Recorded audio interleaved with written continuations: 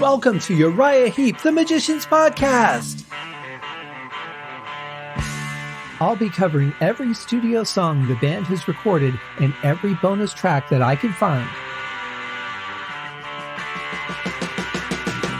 Each week we'll go over a new song from the beginning to where they are currently, and as they keep adding albums, I'll keep adding shows. Let the deep dive party begin.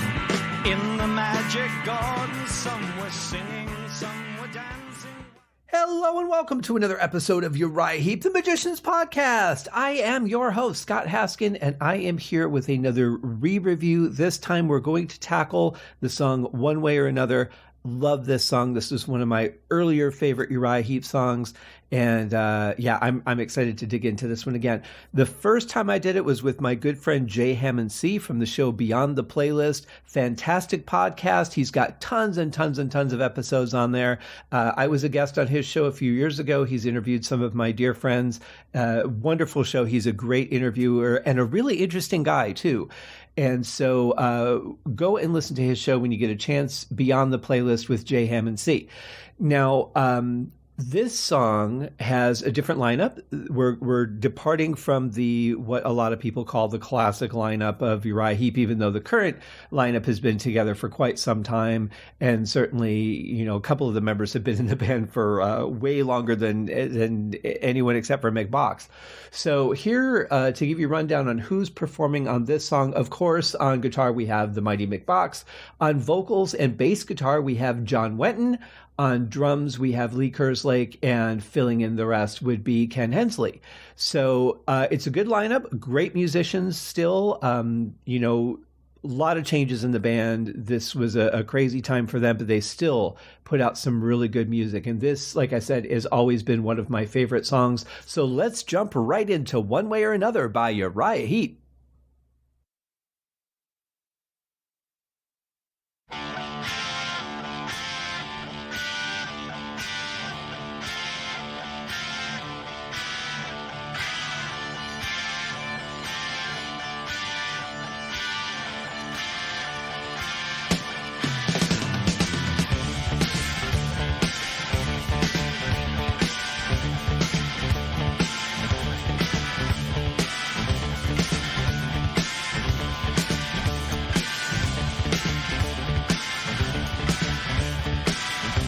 I mean, right off the bat, how do you not like this? How do you not have to know where this is going?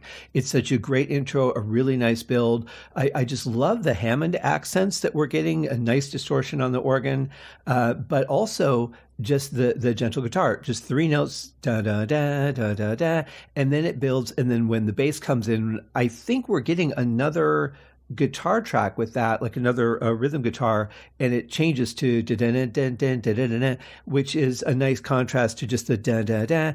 It really adds, which a lot of times you don't get in a song. A lot of times it's just, here's what it's going to be, and we're going to put a couple of layers on it, but we're not really going to change anything. We're just going to add another instrument. But here you get another dynamic look or option for the same riff, which is actually pretty cool. I really like that. I love the blend too. I like that the bass is out front a little bit more because it's adding a good dynamic to it. And also the guitar just sounds a little bit thin. There's not a lot of low end in the EQ to the guitar, which is fairly common with Heep. A lot of times the sound is a little more mid-range and not bass heavy because you always have great bass players to cover the low end. So it's an interesting combination of the sounds. And then that with the Hammond, just fantastic. Great intro fill from Lee. I really like that. And he just creates a solid beat to back the song. So he could have done a lot of things. He could have, gone way overboard in dynamics, matching the bass in that rhythm guitar track. I'm glad he didn't. I'm glad that he just kept it where it is because everybody's kind of contributing their own thing and they're not doubling each other too much, which can kind of get a little bit muddy. So great intro.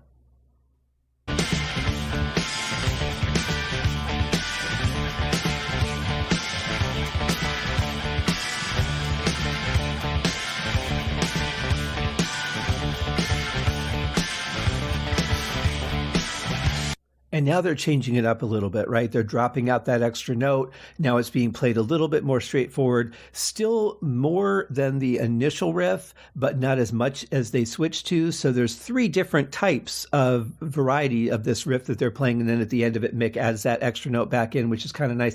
The playing on this one is a little bit not as tight as a lot of the other songs I noticed on that rhythm guitar track. It feels like it was just done very quickly, not exactly on the meter or even really close in some of those spots. It's a little off. So I don't know if the recording was rushed or what was going on. Maybe that was intended. It's very possible. You know, music doesn't always have to be quantized to that beat. It doesn't. It can be human. It can be, I think it's more interesting when it's not precise and perfect. These days that would have never been allowed. Somebody would have gone in and said, okay, we either need to re-record this or move these notes or copy it over from another section to line everything up perfectly. I like that this is played with the human factor.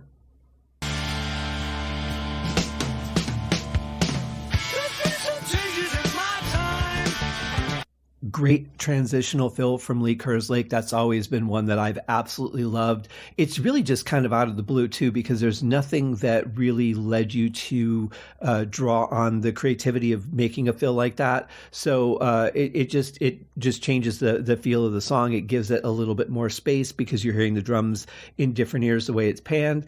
But I really like that. I think it's a very creative fill and it feels good. You know, as a drummer, that's something that's fun to play. And then we hear the vocals come in, and I love the pitch that John starts off on. It's really kind of an unexpected place to start. Usually you would build up to a pitch like that or use that pitch as a harmony, but I really like that, and that it drops back down into his more, normal, comfortable range. It's one of the things I've always loved about this song is the pitching of the vocals. This one's playing games with my mind. Stopped in my tracks, no thought of looking back. The lady's got me tied up. I've already made my mind up. One way or another, you'll be mine.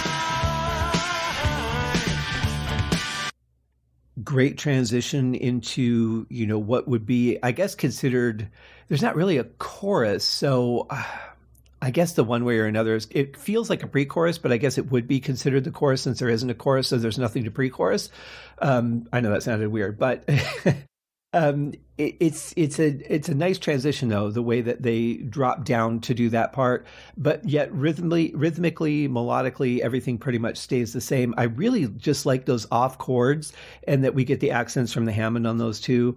It really makes the song feel more dynamic, I think, but it's a great verse. I love that he doesn't go back up into that high pitch because it makes it special.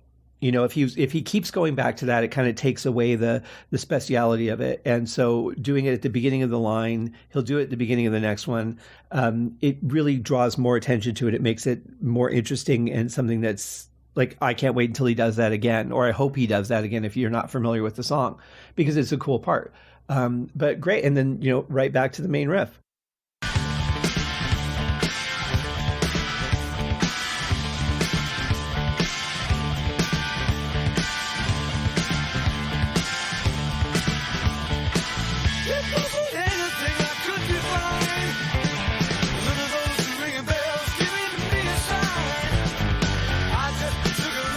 I love these in between the line fill-ins that we're getting, and this is really kind of another signature Uriah Heep thing. There's a lot of that has gone on in the songs that we've talked about over the year and a half when I was doing the show. And they add so much to it, and you're like, wait a minute, what was that thing you just did? And you want to hear the next part of the song, but you kind of want to rewind it and hear what you may have just caught part of and really experience that, or you want to listen to the song again because you're like, now I want to hear all the things that I missed while I was paying attention to the bulk of the song. But very cool, whether they're on guitar or on bass, they're just nice little things to add more spice to the meal.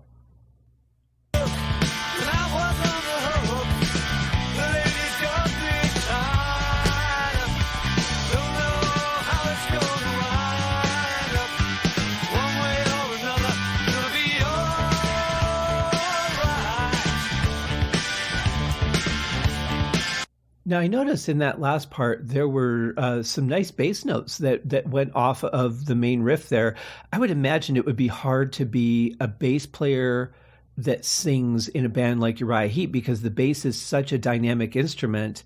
There's not a lot of people, I think, that could even play the kind of bass that you hear in Heep, let alone be able to sing on top of that. I mean, it would be hard enough to be a singer in Uriah Heep unless you're really talented. It would be hard enough to be a bass player in Uriah Heep unless you're really talented. So walking in and saying, "Yeah, I can do both," that is that's rock and roll.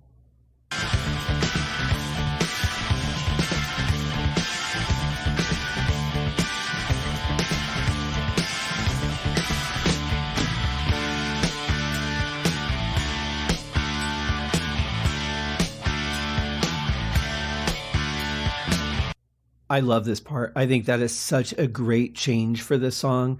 And as we've heard on so many other songs, you know, they're great at finding these new parts to add in to make the song more interesting, to make it something that isn't just, you know, like another one. I think it was "I Won't Mind." I think I said it needed another part. Like this is what it needed. It needed something that was a change, something completely different, something to just change the direction of the song.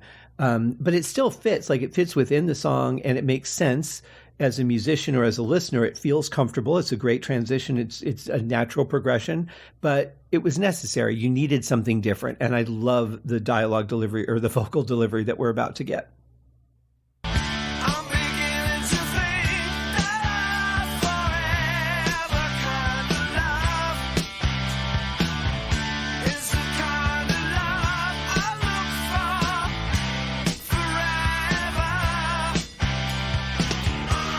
But still I love and love again. One way or another, I will find my friend. This is such a great part. I love the vocals. I love the backing vocals here. They really just add so much, and it's not spoken word. It's just a simple ah, but the way that they do their harmonies, it just adds so much. I mean, like you could have a bowl of vanilla ice cream, and that's great. You could have a bowl of vanilla ice cream with chocolate sauce. That's great. But you could also have a bowl of vanilla ice cream with chocolate sauce and sprinkles and whipped cream and bananas, or, you know, whatever you want to put in there. That's what those backing vocals give us. They give us like the whole thing. And I absolutely love it. And I love that they're not mixed too loud. They're still pretty prominent in the mix. Like they're very identifiable, very much out there, but they don't take over anything. They don't drown out the guitars. They don't drown out the drums. I mean, or even the lead vocal. They're very much present, but yet they sit perfectly in the mix so that you can enjoy them without taking away from anything else. Very, very well done. And I think we're about to get into a guitar solo.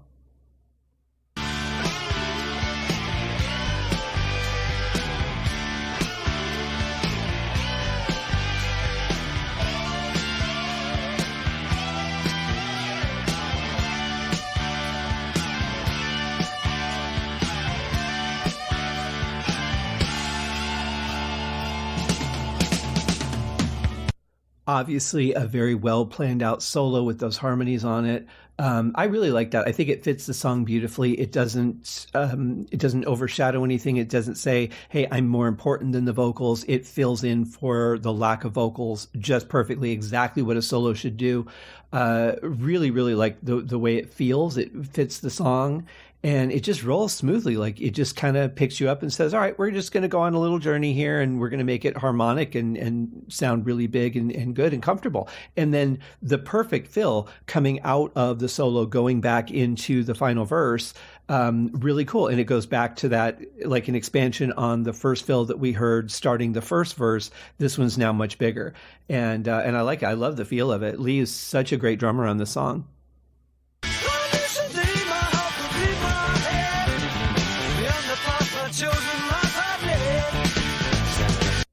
What a great line that is, right? And I mean, is there anybody that hasn't happened to at some point? It's like, you know, we know our path, we know where we're heading, we have a plan, and then our heart goes, "Yeah, I don't think that you do." because I'm going to take over here for a minute. I think that's happened to everyone at least once, if not, multiple times in their lifetime. Another lyric that was in the change section that I really like was, I'm beginning to think that a forever kind of love is a love I'll look for forever. That is such a great play on words. I love that. Definitely feel that, being single, it certainly, rings a bell with me. But even when I was younger and I first heard the song, I thought, what a great way to explain that. You could phrase that a million ways, but I really love the way that they did that. There's some good words in this song. I've been so sure. Where is the cure? The lady's got me real good. Bet you can't say what I should do. One way or another, it's all over. And what a great drum groove in this song, too. I haven't talked about that, but it's just such a moving beat. It's got a lot of action going on, yet it's not distracting from the song. It's again, like so perfectly balanced. He's really busy. He's doing a lot of stuff. You can hear a lot of dynamics in the drumming, but it's not like, hey, look what I'm doing. Pay attention to me. And you don't listen to the vocals, or you don't hear the guitars, or you're not hearing the backups. Like, it's all there and easily heard. Very, very well mixed, very well performed song for sure.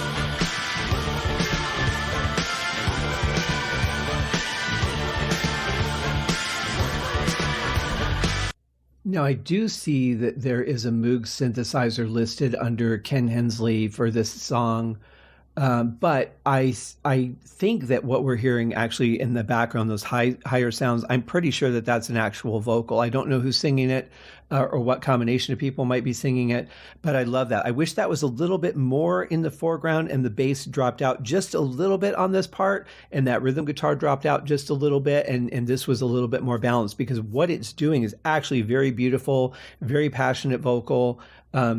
I'd like to hear a little bit more of it, but I love the feel of it. I love that they're doing the harmonies got the one way or another repeating, and then this comes out on top of that. Again, just the song's ending. Let's add another thing of interest.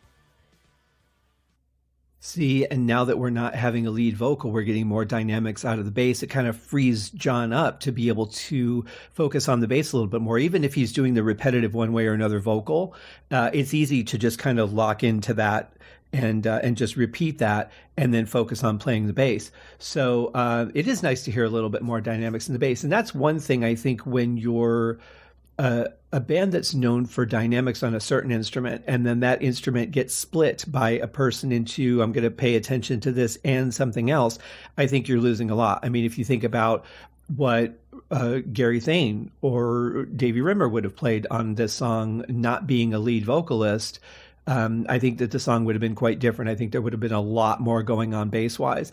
I don't think what John played was bad. I really like the rhythm of the bass, but I think we would have gotten a lot more dynamics up and down the fretboard. We would have had some more interesting things in between, even if they were just fillers in between the vocal lines. But, we had what we had. This is how it was played. And I think that there's a certain element of when you're recording in the studio, if this is a song that you're considering doing live, or maybe you don't know yet, you kind of have to think about, well, how am I going to do this live if I have to do it? So there might have been a little bit of hesitation to be experimental or playful on the bass in consideration of, I'm not going to be able to pull this off live and the song will not sound as good. Maybe people won't be into it, or I just won't like it, or whatever. I don't know that that was the case, but thinking about my own recordings and bands that I've worked with in the studio, that is often a consideration. Hey, if we do all this in the studio, how are we going to do this live? You know, maybe we don't layer all these synthesizers on top of it because we don't have a live keyboard player. We just want to make the song sound good.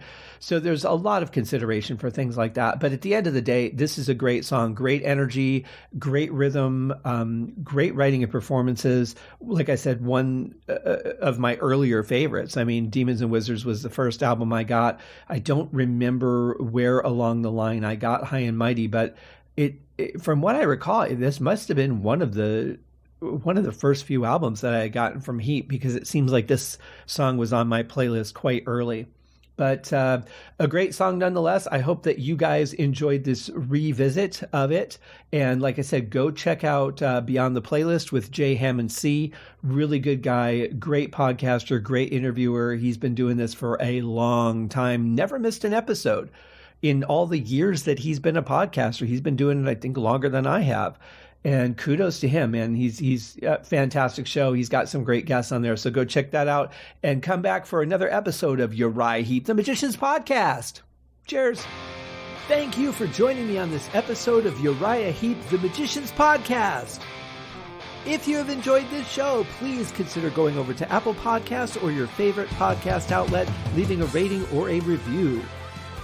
Be sure to subscribe to make sure that you are notified when new episodes are available.